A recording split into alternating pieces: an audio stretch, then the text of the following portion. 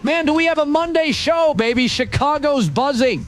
And I'm glad Philly's out because the postseason is about the sharpest coaches and the steadiest quarterbacks, and the Niners had both while the Eagles had neither. From the scripted opener to that perfectly timed reverse pass, San Francisco was creative and resourceful despite stars going down, while Philly looked stale, short on answers, and stuck in the mud with a quarterback who struggles in the pocket. I was proud of our guys for grinding through a tough one, especially with new linebackers playing the whole game, and I loved how Brock shook off the picks and worked through his reads to lead the last drive into the end zone. I got to be consistent on turnovers. What matters is how you respond, and Purdy on the road, without Kittle and under pressure, answered with big throws when it counted. On the Bears and Caleb Williams, I'm done nitpicking the misses because the fourth quarter is a different sport with him. He's the rare talent who bends the rules with sealing plays that drown out the flaws. That late sideline dart with defenders draped on the receiver was one of the wildest throws I've ever seen, the kind that makes you laugh and shake your head. It was a bloodbath betting weekend, and my Packers friends are livid. Jordan Love was cooking early, then it all slipped away late. Green Bay still drafts and develops at a high level, and once Matthew Golden is healthy, he looks like a future star in that room.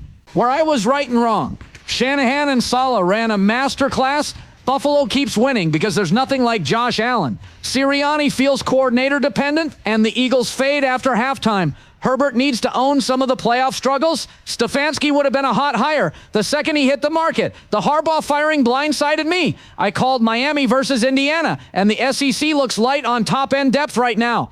Matt, how are the Bears so good playing from behind? Is there more to it than a special quarterback? Some of it is playground ball and some of it is mindset. And Ben Johnson set that in August with lessons like the 28-3 film session. So this group plays unfazed down the stretch. People want to fire LaFleur after the collapse, but it's hard to win in January with a young roster and limited free agency draw. What do you see? He's a very good coach. The fundamentals dipped a bit, and locking him in while keeping Jeff Hafley in the building gives them a real shot to pop with another offseason. Back to the Niners, injuries everywhere, and yet they found answers all night. What stood out? Kittle is the heartbeat, and when he went out, they pivoted to a back-centric plan with Juszczyk and McCaffrey, then stole one with Juwan Jennings' arm, which is classic Shanahan, focusing on what they can still do. I don't know what Philly's offense is, do you? Repeating plays is fine, but identity matters, and it has to run through Saquon, and that fronts physicality instead of pretending they're something they're not. With Josh Allen, the second half feels freer. How much is scheme versus letting him do his thing? Defenses play him differently. He probes early, then puts the cape on once he figures out the plan. And this is a huge opening.